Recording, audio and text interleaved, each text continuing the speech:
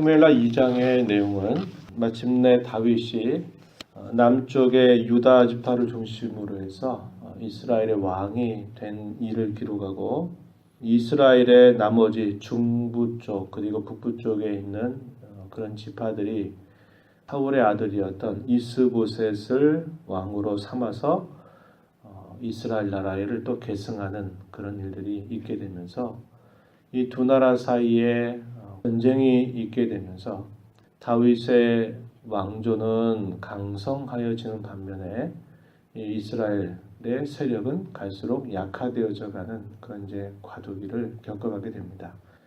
한쪽에는 하나님의 뜻을 따라 세워진 그런 나라라고 말할 수 있겠고, 한쪽은 사람의 생각과 뜻을 따라서 세워진 그런 나라로 여겨질 수 있습니다.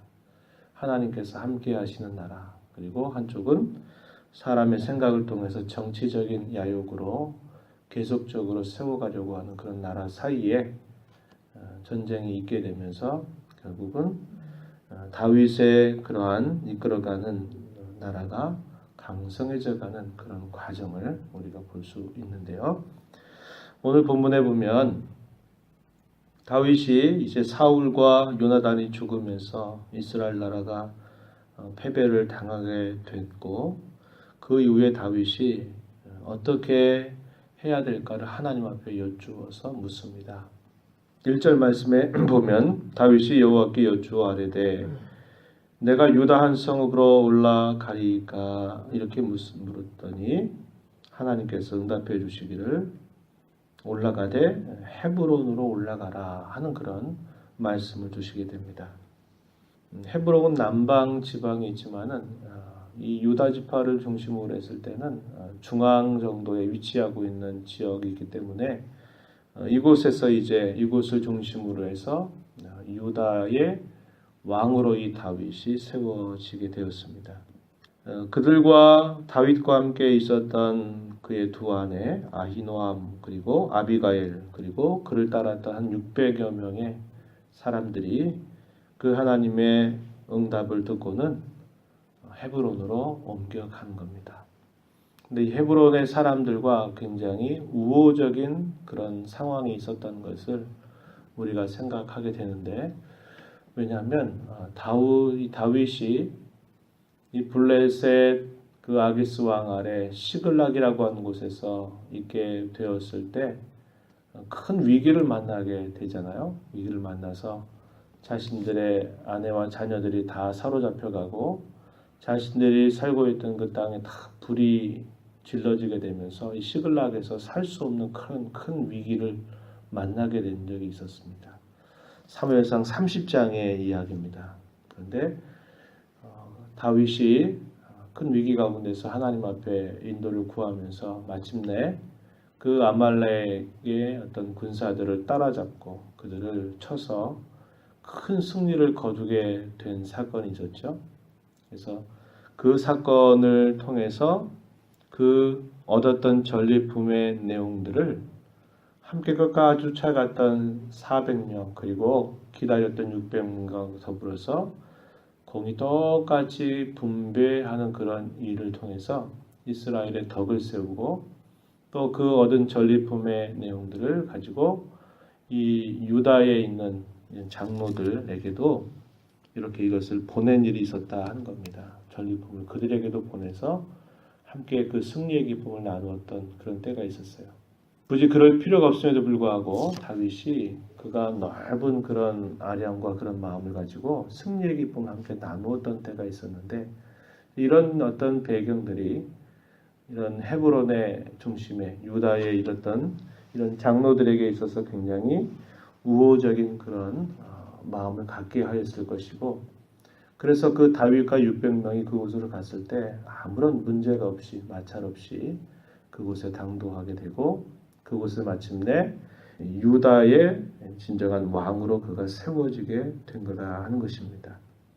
그러면서 그가 먼저 한 일이 뭐냐면 이 옛적의 사울을 통해서 큰 은혜를 입었다고 생각했던 이 길르앗 야베스 사람들이 사울이 죽게 됐을 때 그의 시신을 존중하게 여겨서 장사를 잘 치루어 주었다고 하는 소식을 듣고 다윗이 그 일들을 기억하면서 전령들을 보내서 당신들이 이 사울을 잘 장사를 치러준 것 참으로 귀하고 참 잘한 일이다 라고 여기면서 그러한 일에 여호와께서 복으로 갚아주시기를 축복하고 다윗도 그 선한 일들을 내가 잊지 않고 기억하겠다 이렇게 하면서 이 길르앗 야베스 사람들을 위하는 다윗의 모습을 우리가 살펴보게 되는 겁니다.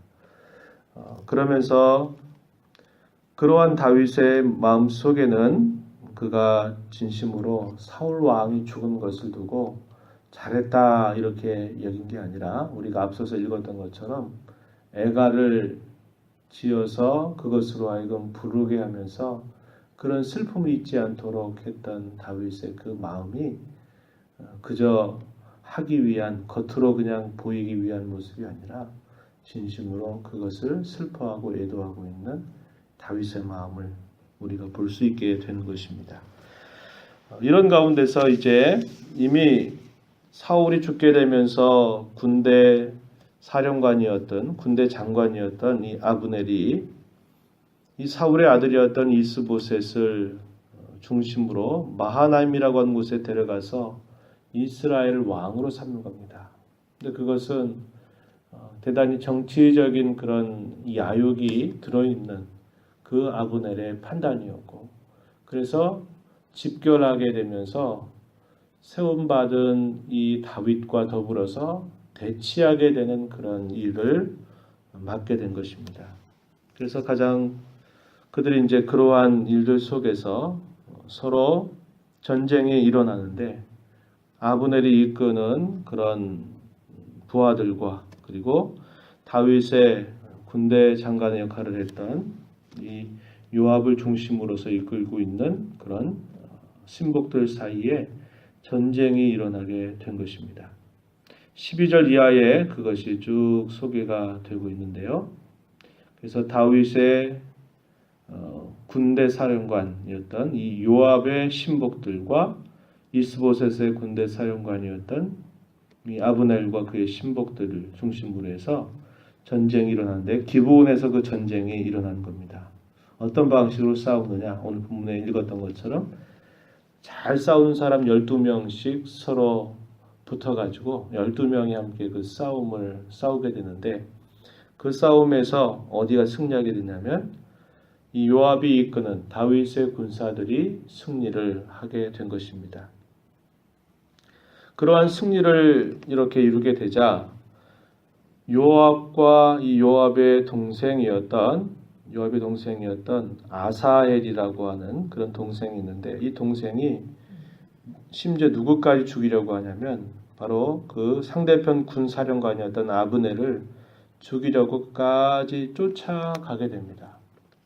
아브넬이 쫓아오지 마라. 우리 형제 아니냐. 그래서 쫓아오지 말라고 이렇게 이야기하는데도 계속 이 아사엘이 쫓아가다가 결국 이 아브넬에 의해서 아사엘이 죽임을 당하게 됩니다. 죽게 되니까 이 요압의 동생이었기 때문에 요압과 아브넬 사이에 이제 아주 안 좋은 그런 대립이 있게 되는 그런 상황이 벌어지게 된 것이에요. 그래서 마침내는 결국 자신들의 땅으로 돌아가게 되지만 이제 복수하는 그런 마음들이 생겨나면서 이제 이스라엘 나라 마치 이스라엘과 유다 사이에 큰 어떤 대립이 있는 형태가 굳어져 버리게 되는 그런 상황이 벌어지게 된 것을 우리가 보게 됩니다.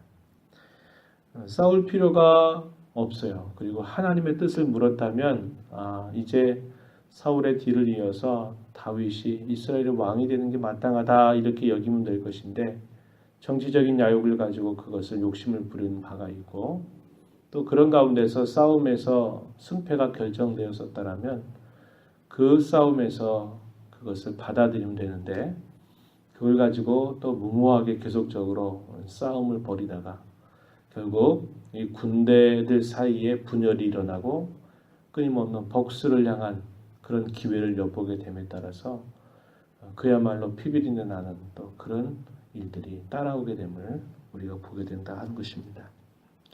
우리가 이러한 일들을 보면서 바로 하나님께서 함께 해서 세우신 그 유다 나라와 아까 사람의 뜻을 따라서 세운 그 나라 사이에 대립이 생겨나게 되고, 하나님은 이 다윗의 편이 돼서 유다 나라를 강성하게 하면서 마침내 7년 6개월이 지나고 나서는 이스라엘 전체의 왕으로 다윗이 세워지게 되는 그런 과정을 우리가 보게 된다 하는 것입니다. 오랜 시간 동안의 기다림이었습니다. 그런 기다림 속에서 그는 하나님의 뜻을 여전히 늘 하나님의 뜻을 구하려고 하였고, 하나님이 그런 오랜 연단의 과정들을 통해서 그의 성품을 빚어서 그로 하여금 이스라엘 전체의 왕이 되게 하시는 하나님의 이끄심, 하나님의 인도하심을 우리가 이것을 통해서 잘 보게 된다는 것입니다. 다윗의 걸음을 지키셨고 그를 인도하시는 하나님의 손길을 통하여서 하나님이 그와 더불어서 강성한 나라를 세워가게 되는 그런 기틀을 마련하게 되는 것을 볼 수 있습니다. 우리가 이 말씀을 보면서 하나님의 뜻을 구하는 자세, 그리고 그 뜻 앞에서 묵묵하게 자신의 걸음을 걸어가는 그런 신앙의 자세가 얼마나 하나님 앞에 중요한 일인가를 우리가 한편으로 배울 수 있게 된 것이고, 또 한편으로 무모하게 그런 싸움을 벌이는 그런 일들을 통해서 끊임없는 그런 복수의 일들이 일어나는 그런 과정들을 보면서 싸우고 다투고 하는 일들이 그렇게 바람직한 일이 아니라고 하는 것을 우리는 또 다시 배울 수 있게 된다 하는 것입니다. 이런 말씀 우리가 마음에 기억하면서 우리 남은 생애 동안 언제든지 하나님의 뜻을 구하고 그 뜻에 묵묵히 순종하는 그런 자세, 불필요한 그런 다툼과 싸움이라고 하는 것을 멀리하는 그런 자세를 우리가 잘 배우면서 하나님을 섬겨가야 됨을 알게 되는 것입니다. 주님의 은혜 가운데 이러한 삶을 잘 감당해가는 우리 모두가 되기를 바랍니다. 하나님 아버지 감사드립니다. 지난밤에도 하나님께서 저희들을 붙잡아 주시고 인도하셨다가 하나님 은혜로 잘 쉬게 하시고 또 이 새벽 시간에도 주 앞에 나와서 아버지 앞에 찬송하고 말씀을 나누게 하신 것을 감사합니다. 하나님의 뜻을 구하되 묵묵하게 아버지의 뜻을 구하면서 고난과 연단의 걸음조차도 피하지 않고 그 일들을 잘 감당해가는 그런 모습을 통해서 하나님께서 때가 됐을 때 그를 마침내 이스라엘의 왕으로 세워가시는 그러한 과정들을 저희들이 살펴보게 되었습니다. 이 땅에 살아가는 동안 저희들이 하나님 앞에 살아갈 때 하나님께서 저희들에게 원하시고 기대하시는 뜻이 무엇인가를 언제나 분별하고 찾는 삶을 살게 하시고 그 뜻을 저희들에게 보여주실 때마다 하나님 앞에 겸손하게 또 묵묵하게 저희들의 주어진 걸음을 순종으로 잘 걸어가는 복된 삶이 되도록 인도하여 주시옵소서. 하나님 아버지 은혜의 보좌 앞에 나와서 시간도 간구하는 모든 심령들을 용납하시고 풍성하신 은혜를 더하여 주셔서 이 땅에 구원받은 자답게 또 살아가는 저희들의 모습이 되도록 은혜를 더하여 주시옵소서. 예수님의 귀하신 이름으로 기도드리옵나이다. 아멘.